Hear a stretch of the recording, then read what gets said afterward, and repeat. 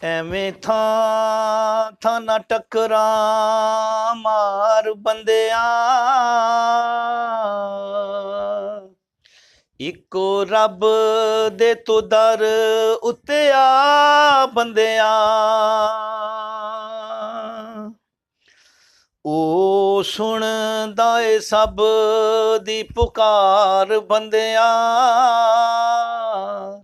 ਉਹਦੇ ਬਾਝ ਨਾ ਕੋਈ ਅਲਾ ਬੰਦਿਆਂ। ਰੱਬ ਦੇ ਕੋਲੋਂ ਤੂੰ ਮੰਗੀ ਜਾ, ਰੱਬ ਦੇ ਕੋਲੋਂ ਤੂੰ ਮੰਗੀ ਜਾ ਉਹ ਬੰਦੇ, ਰੱਬ ਦੇ ਕੋਲੋਂ ਤੂੰ ਮੰਗੀ ਜਾ। ਉਹਦਾ ਨਹੀਂ ਕੋਈ ਰਕੀਬ,